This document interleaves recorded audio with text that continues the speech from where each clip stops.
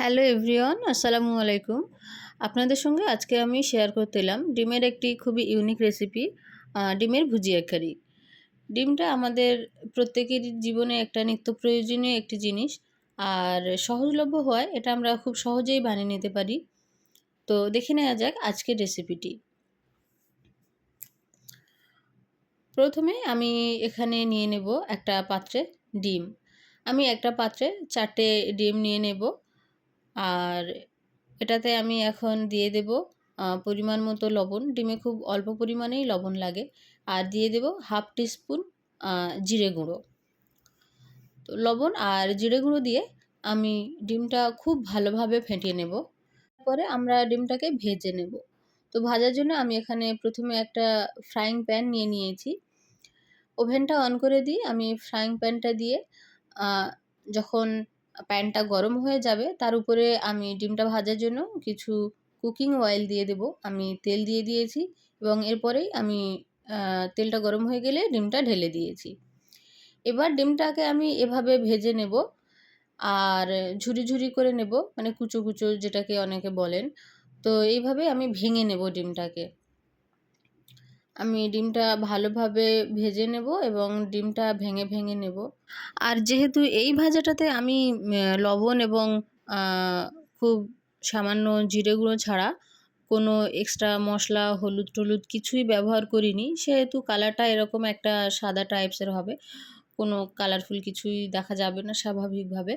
কিন্তু এটা যখন রান্না করবেন অবশ্যই এই কালারটা তখন থাকবে না, তখন সুন্দর একটা কালার চলে আসবে। তো এটাকে ভালোভাবে ভাজার পরে আমি এটা ওভেন থেকে তুলে নেব এবং সাইডে রেখে দেব। এখন আমি নিয়ে নেব রান্নার জন্য একটি প্যান, এবং প্যানটি গরম হলে তার উপরে দিয়ে দেব কুকিং অয়েল। এরপরেই আমি দিয়ে দেব 2টো এলাচ, 4টে লবঙ্গ এবং 1 টিস্পুন দেব আমি জিরে, গোটা জিরে। গোটা জিরে দিয়ে আমি এটা খুব ভালোভাবে নেড়ে নেব। গোটা মশলাগুলো আমি 1 মিনিটের জন্য ভেজে নেব এবং এরপরেই আমি দিয়ে দেব পেঁয়াজ।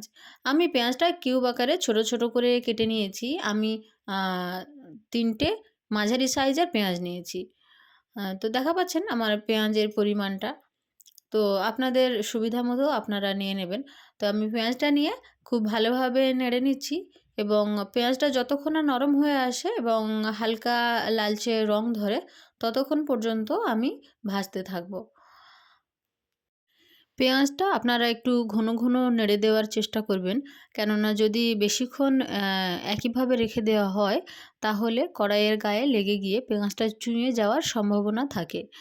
তো সেহেতু আপনারা লক্ষ্য রাখবেন একটু যাতে চুঁইয়ে না যায় বা কড়াইয়ের গায়ে লেগে না যায়, তাই ঘন ঘন নেড়ে দেওয়ার চেষ্টা করবেন। এরপর আমি এবার যুক্ত করব মশলা। আমি 1 টিস্পুন হলুদ গুঁড়ো, 1 টিস্পুন লঙ্কা গুঁড়ো, 1 টিস্পুন দেব ধনিয়ার গুঁড়ো এবং 1 টিস্পুন দেব জিরে গুঁড়ো। এগুলো দেওয়ার পরে আমি দেব কাশ্মীরি লাল লঙ্কার গুঁড়ো 1 টিস্পুন। আমি 1 চামচ করে সব রকম মশলা দিয়েছি। তো দেওয়ার পরে আমি এগুলোকে খুব ভালোভাবে নেড়ে নেব। দেখা পাচ্ছেন আমি মশলাগুলো দিয়ে দিয়েছি। দেওয়ার পরে আমি এটা নাড়াচাড়া করছি। এটা খুব ভালোভাবে নাড়া হয়ে গেলে আমি এটাতে দিয়ে দেব লবণ। তো আমি লবণটা প্রথমে দিতে ভুলে গিয়েছিলাম, নাহলে আমি প্রথমে দিয়ে দিতাম।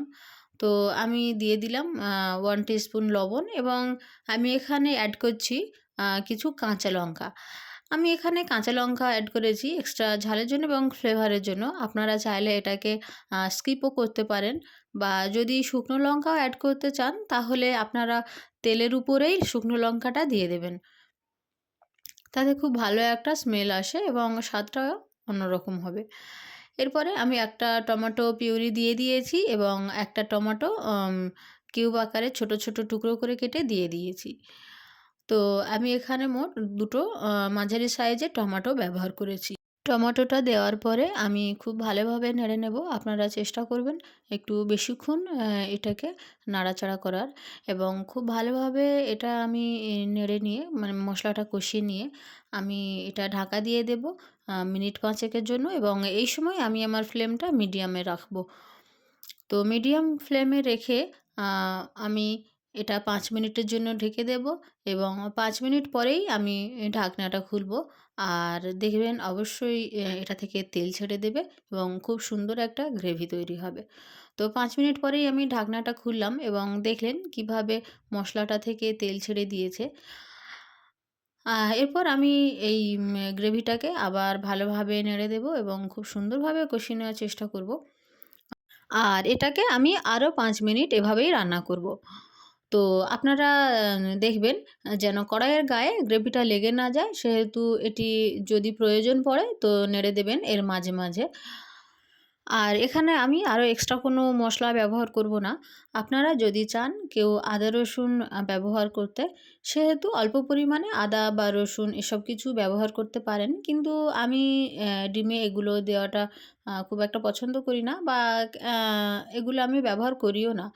আমার মতো আমি জানি অনেকেই করে না, বা অনেকে আদা রসুন ব্যবহারও করতে পারে, তারা ব্যবহার করতে পারেন। তো এরপরে আমি দিয়ে দেব ভেজে রাখা ডিমটা। তো আমি যে ভুজিগুলো করে রেখেছিলাম, এগুলোকেই আমরা ডিমের ভুজি বলি। তো যে ভুজিগুলো আমি ভেজে রেখেছিলাম সেগুলো এখন গ্রেভিতে অ্যাড করে দিলাম। আর খুব ভালোভাবে আমি এবার এটাকে নেড়ে দেব। আর আপনারা একটু খেয়াল রাখবেন যেন মশলার গন্ধটা না থাকে। মশলার গন্ধ চলে যাওয়া পর্যন্ত আপনারা গ্রেভিটাকে ভালোভাবে নেড়েচেড়ে কষিয়ে নেবেন এবং রান্না করে নেবেন। দরকার পড়ে আরও বেশি টাইমও নিতে পারেন। তারপরেই ডিমের ভুজিটা অ্যাড করবেন। তো আমি একবার ভালোভাবে নেড়েচেড়ে নিয়ে আরও ৩-৪ মিনিট রান্না করব এটাকে এভাবে, এবং এর মাঝে, মাঝে যদি প্রয়োজন পড়ে নেড়েও দেব। তো আপনারাও এর মাঝে, মাঝে একবার করে এরকমভাবে নেড়ে দেবেন, না হলে কড়াইয়ের গায়ে লেগে যাওয়ার সম্ভাবনা থাকে। তো আমি আরও একবার এটাকে ভালোভাবে নেড়ে দিচ্ছি ৩-৪ মিনিট পরে। আর দেখা পাচ্ছেন এখন আমি এটাতে অ্যাড করব জল। তো যেহেতু এটা আমার খুব ভালোভাবেই কুক হয়ে গিয়েছে, তো আমি এখানে এখন ১ কাপ পরিমাণ জল দিয়ে দেব। যেহেতু ডিম রান্না করতে বেশি টাইম লাগে না, আর আমি এটাকে ভেজে নিয়েছিলাম আগে থেকেই, সেহেতু খুব বেশি পরিমাণে জল লাগবে না। আমি এখানে ১ কাপ পরিমাণ জল নিয়েছি। ১ কাপ পরিমাণ জল নিয়ে আমি এটাতে দিয়ে আরও একবার ভালোভাবে নেড়ে নিয়েছি এবং এটাকে চাপা দিয়ে দিয়েছি, এবং আমার ওভেনটি ছিল মিডিয়াম ফ্লেমে। সেহেতু খুব বেশি পরিমাণ জল মরে যাবে না। তো দেখা পাচ্ছেন এরপরে আমি আ ঢাকনাটা খুলে এটাতে আমি এবার অ্যাড করব ধনিয়া পাতা। তো যাদের হাতের কাছে ধনিয়া পাতা থাকবে অবশ্যই, অবশ্যই করে ধনিয়া পাতাটা অ্যাড করার চেষ্টা করবেন। ধনিয়া পাতা উম আ দেওয়ার ফলে একটা সুন্দর স্মেল আসবে। আপনারা তো জানেনই ধনিয়া পাতা দিলে কেমন টেস্টও আসে। তো এরপরে আমি ধনিয়া পাতাটা দিয়ে এটাকে আরও একবার ভালোভাবে নেড়ে দেব, এবং আপনারা লবণটা চেক করে নেবেন। আর এরপরে আমি আরও ২ মিনিটের মতো কুক করব। তো দেখা পাচ্ছেন এই ছিল আমার ডিমের ভুজিয়া কারি। কেমন লাগলো আপনাদের ডিমের ভুজিয়া কারি রেসিপিটি? অবশ্যই, অবশ্যই করে কমেন্ট করে জানাবেন আপনাদের পছন্দ হলো কি না এবং কেমন লাগলো রেসিপিটি। আর আজকে ছিল এ পর্যন্ত। দেখা হবে অন্য কোনো দিন, অন্য কোনো রেসিপির সঙ্গে। আর আপনারা আ কী রেসিপি দেখতে চান অবশ্যই কমেন্ট করে জানাবেন। আপনাদের পছন্দ মতো রেসিপি দেওয়ার চেষ্টা করব। আর এই ছিল তাহলে আমার আজকের রেসিপি। দেখা হবে অন্য কোনো ভিডিওতে, অন্য কোনো রেসিপিতে।